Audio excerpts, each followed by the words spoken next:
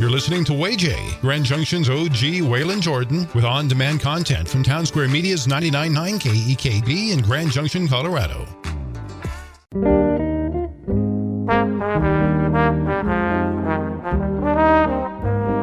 Well, here it is, a brand new year, and that means new events, exciting events in the skies above us. Doing on-demand content. A special guest today, Jeff Dersham. How you doing? I'm doing good. How are you? I am doing great. Coming back again. You joined us last year. That was an excellent podcast, and we're going to talk about what we're going to see in the skies here, well, nationwide, but specifically in Colorado. Now, Jeff, if I can go back over your resume a little bit. You're from Grand Junction. You went to college on a NASA scholarship. Is that correct? The last 2 years, just about the NASA scholarship, just about paid for my last 2 years at Mesa CMU. So, yeah, and I worked on a rocket project there while I was at Mesa. I could tell you some stories about the rocket project. We could probably do a whole nother podcast just on stories. They probably wouldn't be funny to anybody except a nerd like me, but When you say rocket, though, you're referring to the equipment within the nose cone?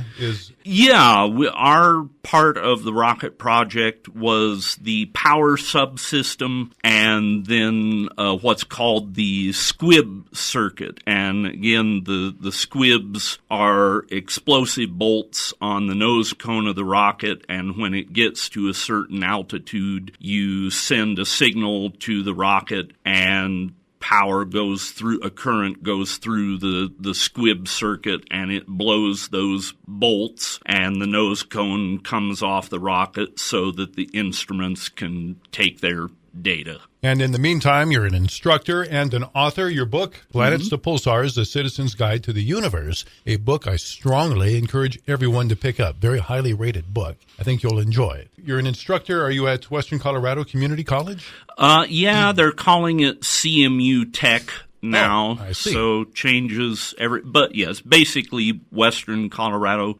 Community College, the Community Education Center, and catalogs should be coming out here probably in the next few weeks, and I'm offering both of my classes this semester. The first one that's based more closely on the book starts, I believe it's either the second or third Tuesday of February, and then the hobby class for people who are wanting to buy a telescope and pursue astronomy as a hobby starts the first Tuesday in April. So you can go down to the CMU Tech offices off of Blickman Avenue. You can call them at 255-2800, or you can go to coloradomesa.edu/CEC to sign up for the classes, and I'd love to have anybody who's interested in astronomy show up. Very good. So on that note, here we are, rolling into 2024. What's going to be happening? What can we look forward to over the next 12 months?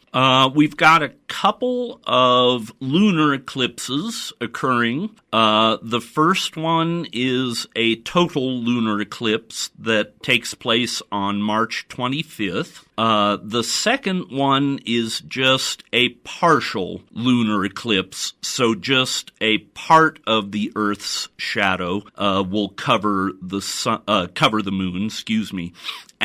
But the significant thing about the one on September 18th is that it also coincides with what's called a supermoon, which is a full moon that occurs when the moon is at its closest point to Earth in its orbit. I don't know exactly how much difference that makes as far as how big the moon appears from Earth. Probably not that much. And that thing that people observe when the moon is on the horizon, where it seems to be closer, from what I understand, and it makes sense to me, is kind of an optical illusion, because we're judging the size of the moon next to trees and buildings and other things that we kind of have an idea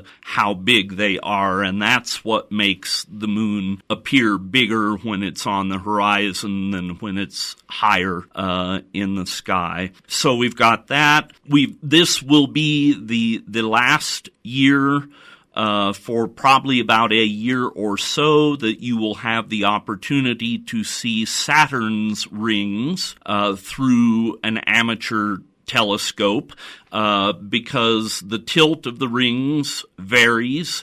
Every 14 to 15 years, the rings of Saturn turn edge-on as seen from Earth, and this is the last year before they will be pretty much edge-on as viewed from Earth. So if you want to see the rings of Saturn, you better get out and do it now. Saturn will be at opposition in September, and again, opposition is just astronomer talk for Saturn in this case, and the Sun will be in opposite directions as seen from Earth's sky, which is significant because it means that Saturn will be closest to the Earth that it will be in this given orbit, and also it will be visible all evening. So Saturn will rise as the sun sets, and it will set as the sun rises. So if you want to, you can look at Saturn all night long. The big thing that's going on this year is the total solar eclipse occurring April 8th. It will start, the total phase will start in the Gulf of Mexico and go up through pretty much the middle of Texas and into Oklahoma, and then kind of curve a little bit, but pretty much go diagonally up to even Pennsylvania and Maine. So if you have a chance, I would strongly recommend that you go see that, because these types of things don't happen very often.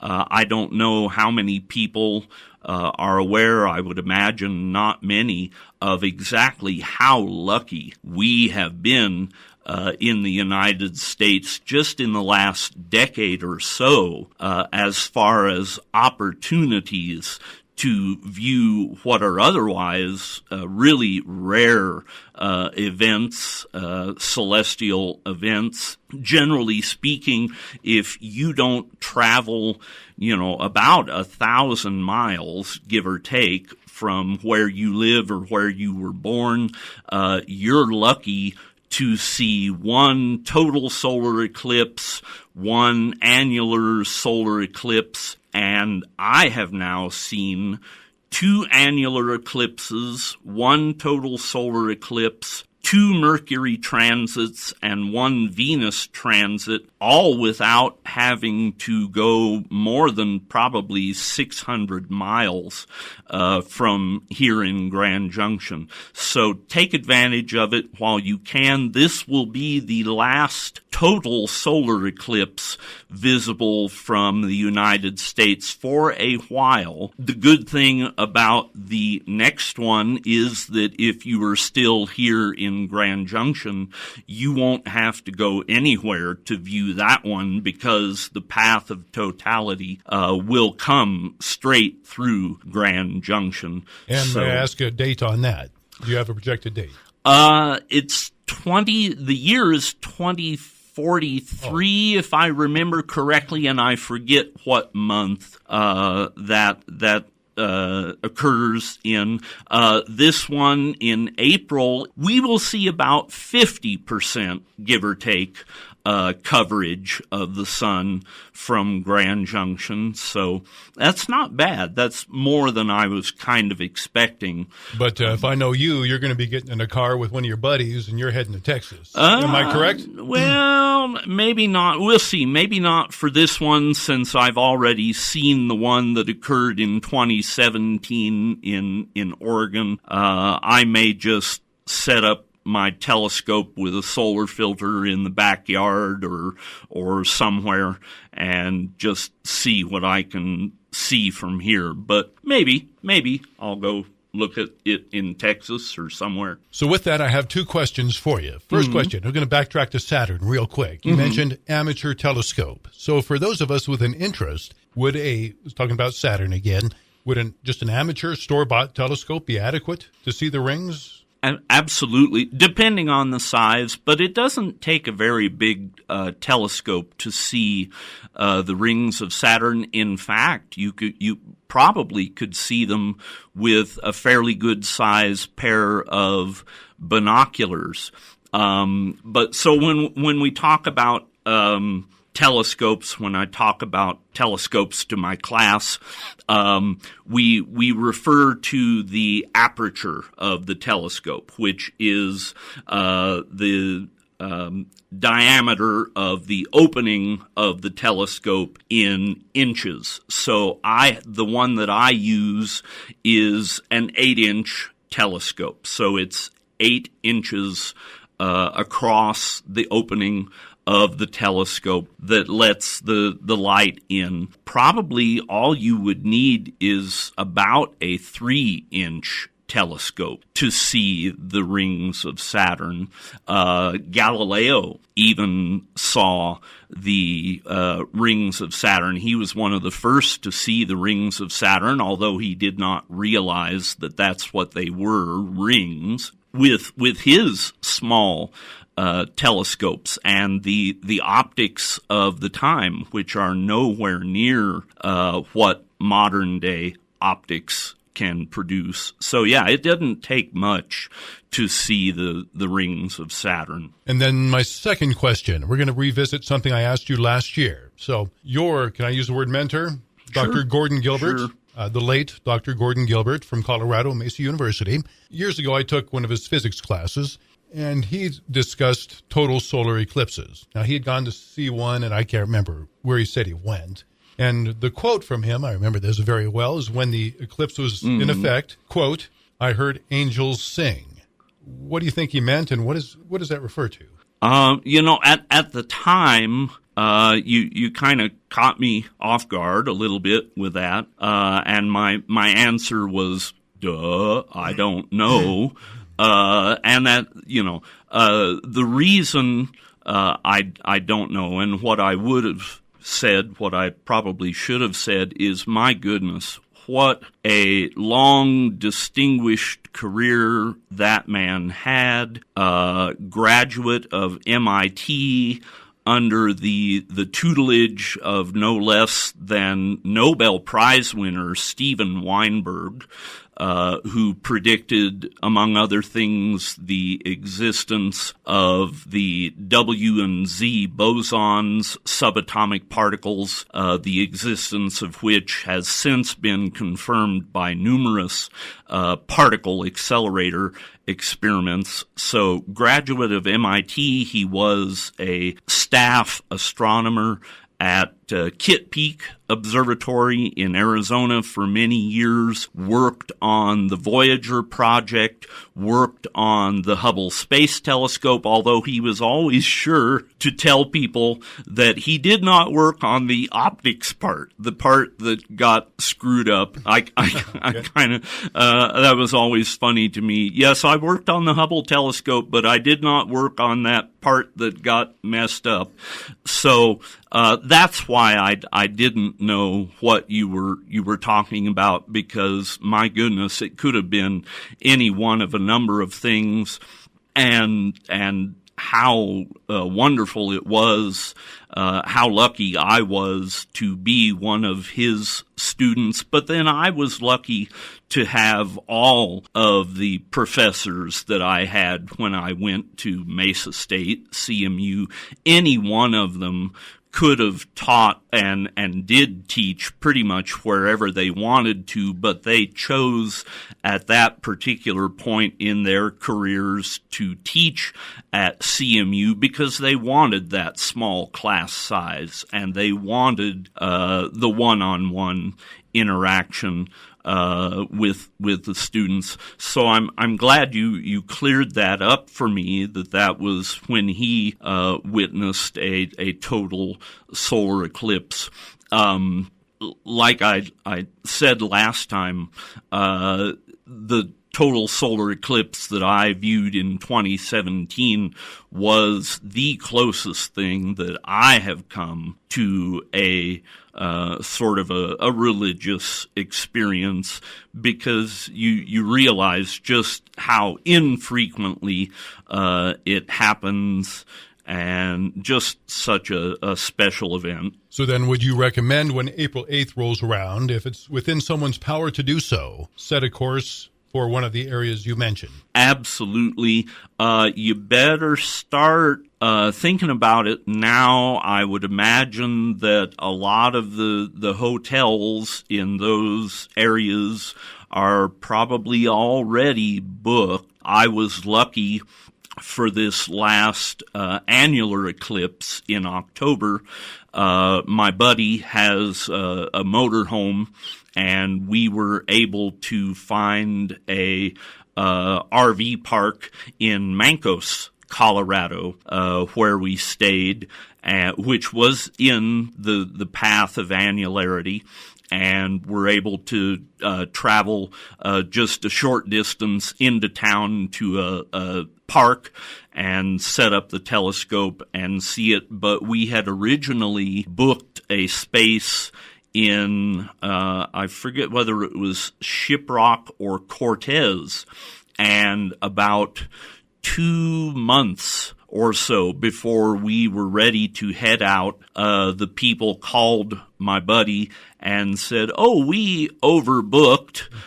We're not going to be able to accommodate you." So fortunately, we were able to find the RV park in Mancos. But I would suggest, if you want to go to one of these places where the total eclipse will be visible in April, that you start thinking about it now and make your reservations if you haven't already. Speaking with author Jeff Dersham, his book, Planets to Pulsars, A Citizen's Guide to the Universe. He's also teaching at, and can you remind me the new name of the facility? CMU Tech, is what they're calling it. So formerly Western Colorado Community College. Right. CMU Tech. And we're talking about upcoming events, astronomy, events in the skies above us for the year 2024. Speaking about, we've discussed lunar eclipse, solar eclipse. What about comets, John? Nothing that I know of, but, keep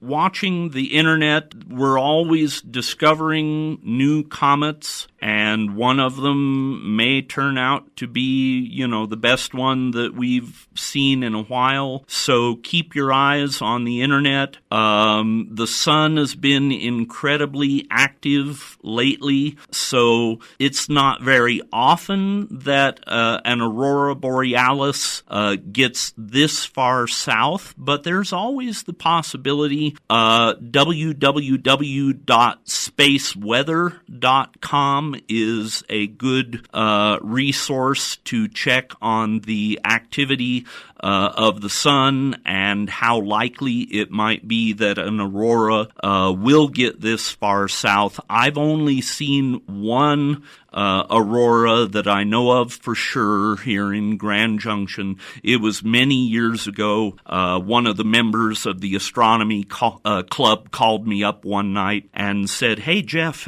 have you gone out and looked in the northern sky? And I said, no. Said, well, go do it. And so I went out, and sure enough, it was just a dull red glow in the north that went up probably about 15 or maybe 20 degrees above the horizon. But it was still cool. But keep your eyes open.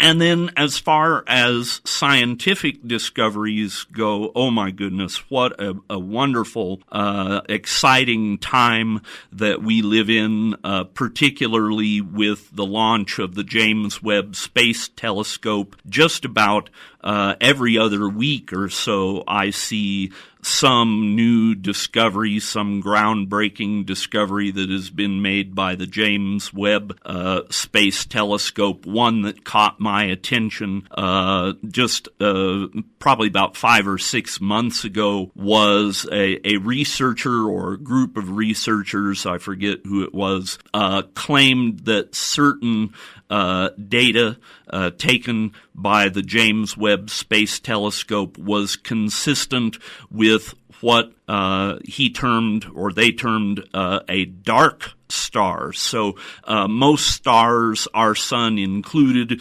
derive their energy. They shine as the result of fusion of hydrogen, basically, into heavier elements, helium, lithium, so on, if they're heavy enough. But apparently somebody postulated the existence of these objects called dark stars that derive at least a part of their energy from sort of an exotic interaction between dark matter particles. So that was interesting. One of the other discoveries that really caught my attention lately, and this was not by James Webb, it was announced by a group of radio astronomers from several different places, England, the United States, I think France, that claimed, based on the timing of the pulses from pulsars, so pulsars are basically dead stars. They're stars that have ended their life, that emit beams of radio waves, and they're spinning, and if that beam of radio waves happens to intersect with the orbit of the Earth, we can hear these intermittent pulses from them. They've been called the most accurate clocks in the universe. But anyway, evidently, this group of researchers claimed that by studying the pulses from pulsars, that they had been able to detect evidence of the gravitational wave background of the universe. So we've known about the cosmic microwave background since pretty much the early 1960s, or maybe even a little bit before, when Penzias and Wilson made their discovery in Holmdel, New Jersey, working for AT&T Bell Labs. And we've been able to learn quite a bit from studies of the cosmic microwave background, but the cosmic microwave background doesn't come to us from the very earliest times after the Big Bang, because up until about 300,000 years after the Big Bang, the universe was just so hot that all you had were free-floating electrons and protons. They couldn't combine to form atoms, and so any electromagnetic radiation was automatically absorbed by all these free-floating electrons and protons. Gravitational waves don't give a bleep about free-floating electrons or protons. In fact, we've probably got gravitational waves passing through us as we sit here. So the exciting thing, if they're right, if this group of researchers is right, the exciting thing about the discovery of the gravitational wave background is that it has the potential to tell us things about the very earliest moments after the Big Bang. We're speaking to Jeff Dersham, author of the book Planets to Pulsars, A Citizen's Guide to the Universe. He's an instructor. When it comes to events for 2024, any meteor showers? We'll still have the normal periodic showers, the Orionids, the Perseids, the Geminids, that occur every year, and they're the result of the Earth in its orbit, passing through the trail of debris, left behind by various comets. That's why they occur at about the same time every year. You always want to kind of keep an eye on the Leonid shower, which occurs in November. Normally, the Leonids are not too spectacular. About 10 to 12 meteors per hour is about what you can expect from the Leonids, but every so often, we have a Leonid storm. The Earth passes through a particularly dense clump of material left behind by the comet that produces the Leonids. And the last one, I'm trying to think, I think it was either 2000 or 2001, and it was one of the best meteor showers that I had ever seen. So keep your eyes open for that. As always, watch for the space station going overhead. You can go to www.nasa.gov, and probably type in your city or your latitude or whatever, and it will give you a list of times that the International Space Station will be overhead from your observation point. It's the brightest thing, brighter than Venus, brighter than anything else in the night sky, and it moves. You'll know it when you see it. I keep hearing things about its outlived its usefulness, and they're thinking about safely deorbiting it, bringing it down, so I don't know how that's going to work out, but that's kind of a cool thing to watch. If you haven't ever seen the space station go over, you might look for that. Again, I don't know, how many people realize how lucky we have been. And so get out and observe while you can, and while all of this stuff is going on. We don't know, how much longer this will continue for observers here in the United States. So, but yeah, 2024 is looking to be a pretty darn good year for astronomical events. So if I wanted to pick up a copy of your book, Planets to Pulsars, A Citizen's Guide to the Universe, where could I find it?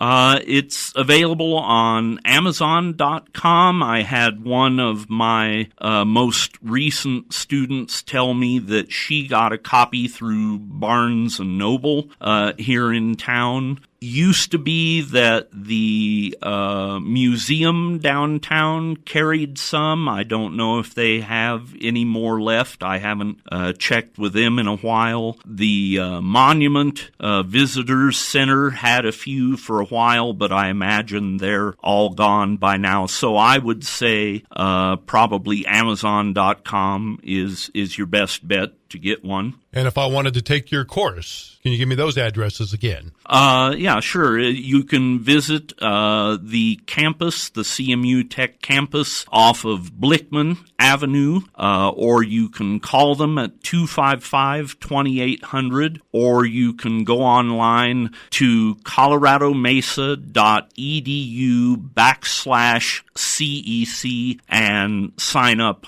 online. So those are the three options. And are you still with the Astronomy Club? I'm not a paid member. In fact, I haven't been to a meeting since the last time that they invited me to give a talk to them, which has been probably a little over a year now. But so far as I know, they're still going, still meeting on the first Tuesday of each month at the Mesa County Library main branch, but make sure that you can go to www.wcacastronomy, all one word, .org, and I'm sure that you can find the information there. So as we roll into 2024, okay, it's going to be a busy year, a lot of things going on, political year and such, but please take a moment to stop, pause, and look up. There's some fascinating things going on around us. And please pick up a copy of his book. That's Jeff Dersham, his book, Planets to Pulsars, A Citizen's Guide to the Universe. Thank you for joining us today. Thank you so much for having me again. Maybe we can make this a yearly thing. We will. And by the way, you can catch Jeff playing trombone with the Centennial Band here in town. So when you look at the stage, that's Jeff up there. I look forward to your next concert. I'll be checking out your book again very soon. And I thank you for joining us today. All right. Thank you. Glad to be here.